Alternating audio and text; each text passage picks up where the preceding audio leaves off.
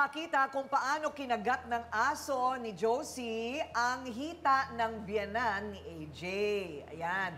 So malalaman natin kung ano ba talaga nangyari, paano nangagat ng hita itong si Dina, pangalan ng aso. Belen, humarap ka na.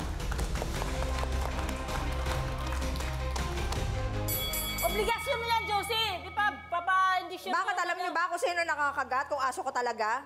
Aso mo naman talaga eh. Hindi Kita-kita niyo nakita. Aso mo. Kita ko kasi naghahanap ako ng apo ko. Sabi mo, hinahanap mo ang anak mo. Ang apo ko po. Aktong nakita mong Kita ko. pagkakakagat? As in, yung mismong pangyayari? Yung aso niya, Josie. Okay, so may ginawa ba si ate, yung nakagat, bago siya makagat?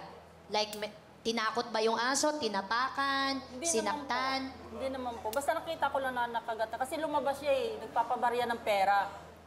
So after na, nakagat na nung nakita mo, hindi yung bago, yung buong pangyayari. So hindi mo alam kung natapakan niya yung Hindi aso? po. Hindi ko po nakita na natapakan niya. Pero nakita ko na lang po na nakagat na siya ng aso. Walang may gusto sa nangyari. Problema mo, wala rin talagang testigo, pero siguro, hindi na yun yung point. Ang point, yung responsibilidad mo. Pagkatapos makagat. Kasi nga po wala akong pera nung time na yun. Eh alam mo, kung walang pera, dapat nagpapakumbaba. Na makikiusap ka kay AJ, pasensya ka na. Hindi natin ito ginusto. Hindi lang po yan yung nare-reklamo ko din po sa kanya, Ma'am Corina. Alam niyo po, napakalaking chismosa niya sa barangay po namin. Bakit? Ito po yung paano po yung Totoo kami yan, namin mag-asawa, chinichismis niya, makapal ang mukha ang babae na yan. Totoo kasi malakas ang boses niya pag nag-uusap kayo mag-asawa. Wala ka na doon pakialam kung mag-away man kami ng Yan, asawa ko. hindi ako nagchichismis, naririnig ng mga kapitbahay ko yung sinasabi niyo. Mag-away, tsaka kung totoo sila, wala ka na Para doon, kayo labas ka nasa na doon. TV, Chinichismis mo pa sa teleserye, kapitbahay namin. kung mag-ano sila, Kapal naman ang mag-usap. mukha mo.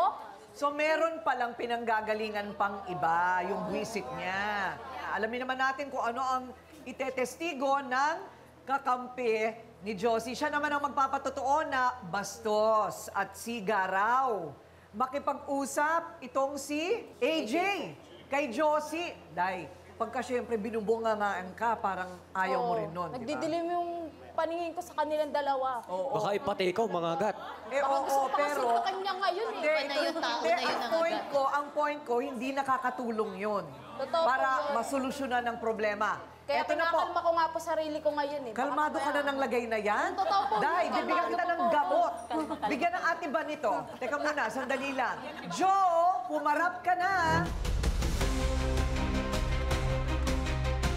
Totoo naman yun ah. Ha? Totoo? Totoo naman yan, ikaw. Totoo? Ha? Huwag mo akong anuhin. Isa ka din, ha? Isa ka din. Babayad ha? naman yan, ikaw di ka lang marunong Ha? Pares makiusap. kayong dalawa mga sinungaling kayo. Hindi kami sinungaling. Bakit alam mo ba? Alam mo ba yung pangyayari? Oo, alam Kung namin yun ng mga wala ka kapitbahay. doon, wala ka doon. Mataray ka Point na yan. talaga. Ano yung narinig po namin na ito si AJ, mabunganga talaga kay Ate Josie? Mabunganga talaga yan, mataray talaga yan.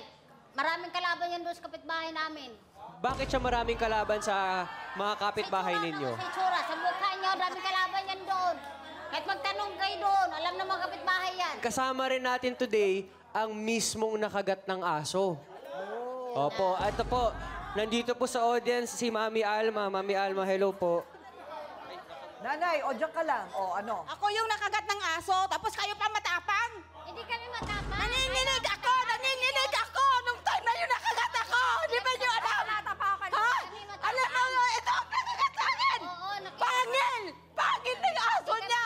Wala kami nga pira-pira, nangutang kami! Dapat nakiusap kayo ng... Ah, hindi! Mag-uusap ako kung nangisay na ako! Hindi kami matapang. Ha? Kayo ang matapang. Kayo matapang! Kayo lang mamalaki pa! Ako nakagat! Ako nagsabyado! Dapat makinig naman kayo sa akin! Makinig ka rin, makinig. Ha? Makinig kayo sa Makinig! amin. Paano kung namatay ako nung oras na yun namatay ako? Makapagsalita pa ka? Hindi na!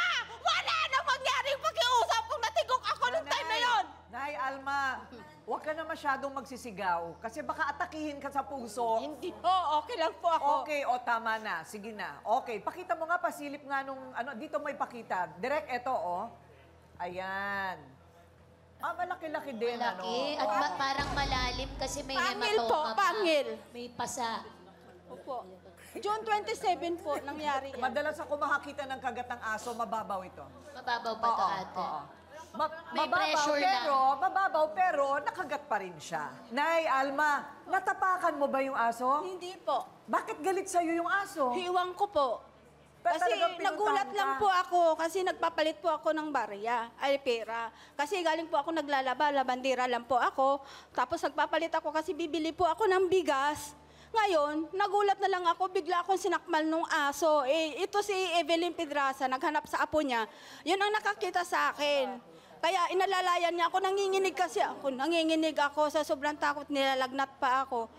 Ngayon, sumugod to si EJ sa bahay Pero nila. mabuti naman nakahanap kayo ng paraan Opo. kahit paano para mapaturukan Opo, siya. nagmadali na po ako yung magagilip ng pera. Ayun. Para po, Okay, para po okay. mapagamot O, siya.